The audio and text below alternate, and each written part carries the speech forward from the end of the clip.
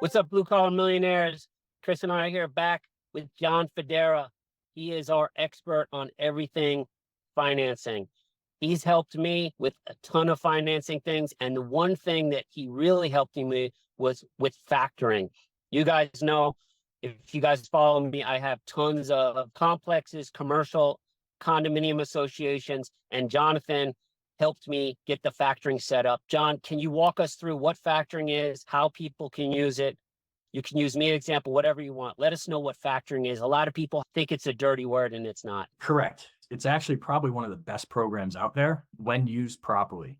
And so what we're doing with factoring, all we're doing is speeding up your accounts receivable. And what that does is when you do that, it allows you to take on more jobs and larger jobs. So let's talk about how it works. Basically, what you're doing is you're providing your good or service, and then you're sending an invoice to your client normally.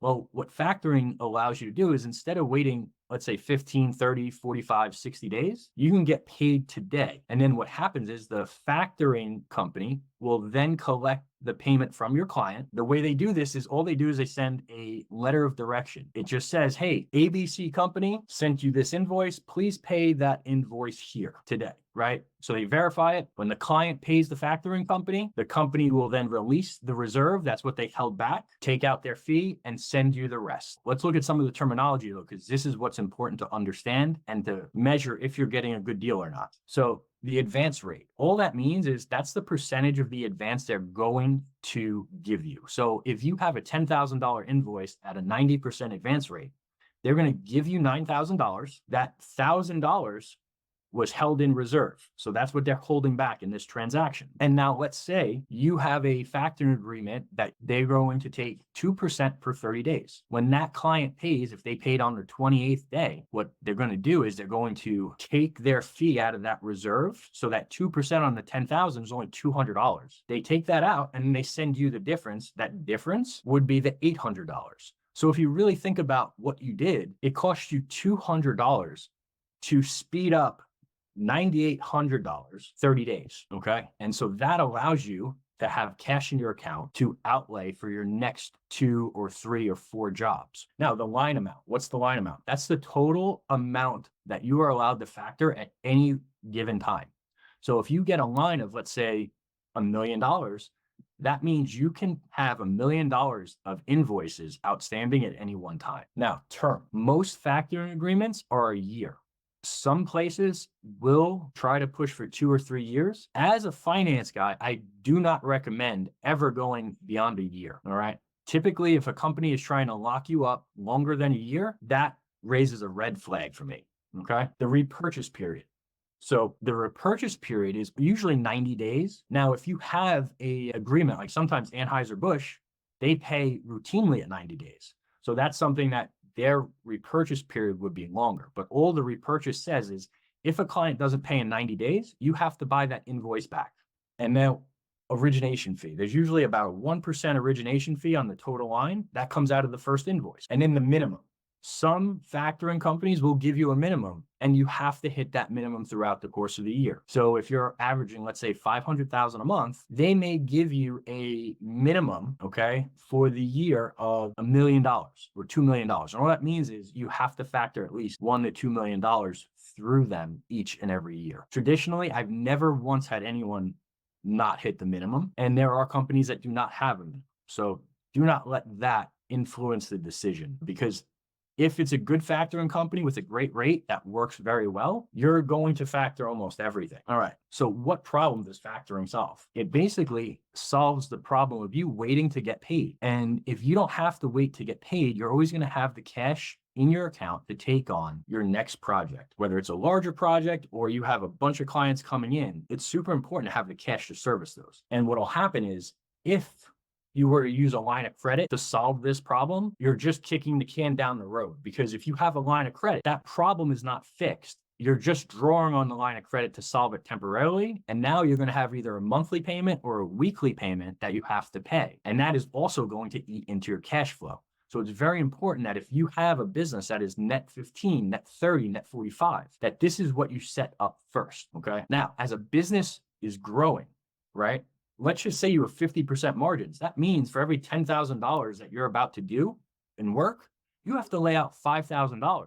Well, if you have 10 jobs going on at once, that's $50,000 that if you don't have liquid in your account, you're not going to be able to take on that work. So you're going to turn jobs down, or you won't have the cash in your account to support them. And then you're going to go out and borrow. Okay. And that borrowing there is usually one of the bigger mistakes that B2B and B2G companies have. All right. Guys, any questions on anything we went over so far? No, I love how you explain the line of credit because it's the truth. So John told me about that. And when I did the factoring, I think they initially set me up with 750,000. Then they moved it to $1 million. Then they moved it to 1.2 million 50.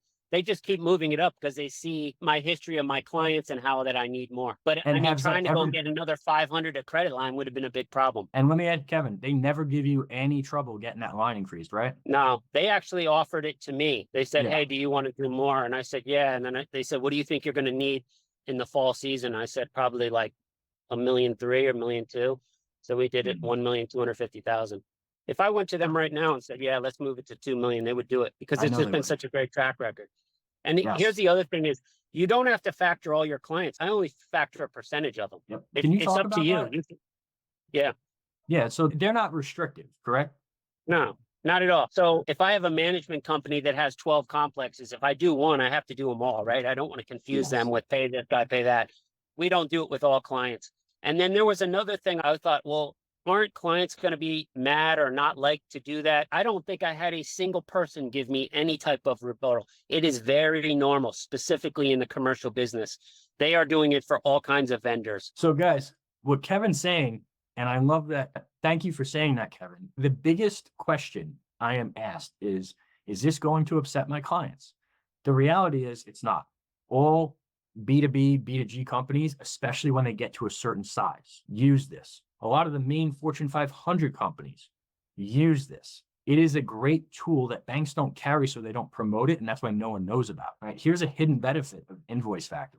When you take on a new client, you have no idea what their credit is, what their pay histories are, and if they're going to be a good client. When you have factoring set up, before you even take on work, you would want to submit them to the factor and say, hey, what would you offer these people for a credit line?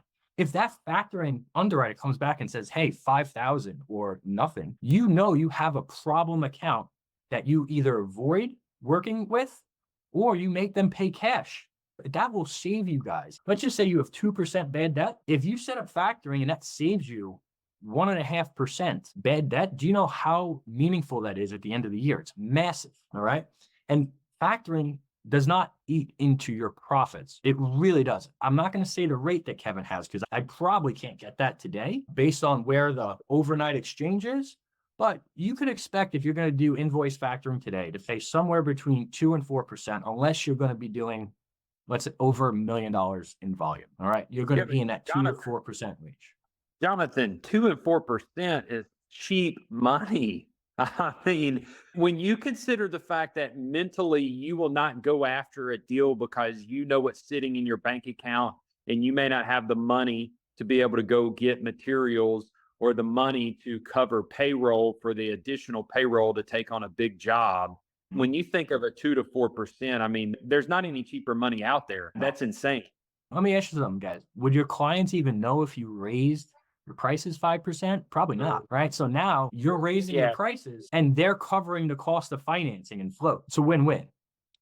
Let me give you a couple more benefits since I do it. So I am under that amount, so I love it. One thing they do is they run all their credit reports on your client. They're done in Bradstreet or whatever. For us, they'll come to us sometimes and we give them a schedule. Hey, here's 70 customers we want to put in.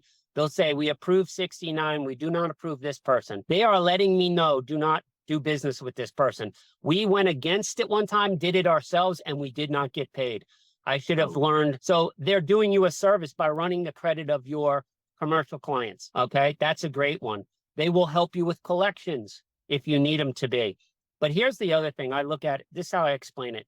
If you got $100,000 worth of work and your buddy said, hey, Chris, do you have a $100,000 job? And I say, Chris, I'm going to wire you $85,000 day one. There's $15,000 left. when the 100,000 comes in, you take 13 of the 15, give me 2. You would be wondering, why is he doing that deal? Yes. That's what factoring Right. is. You're like, but it's because they're doing it in volume, because they're so systemized, because they know who they're doing it with. They're not doing it with clowns who aren't going to pay them.